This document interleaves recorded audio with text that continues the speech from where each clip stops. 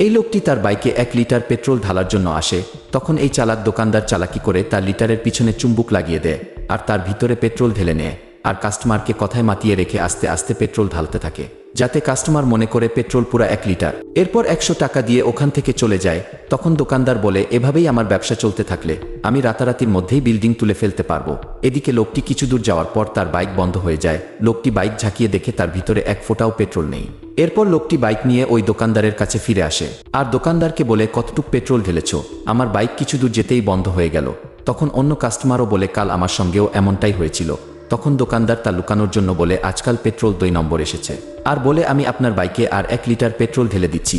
তখন একজন কাস্টমার অন্যজনকে বলে, 2 মিনিট দাঁড়াও, তার সবকিছু বের করছি।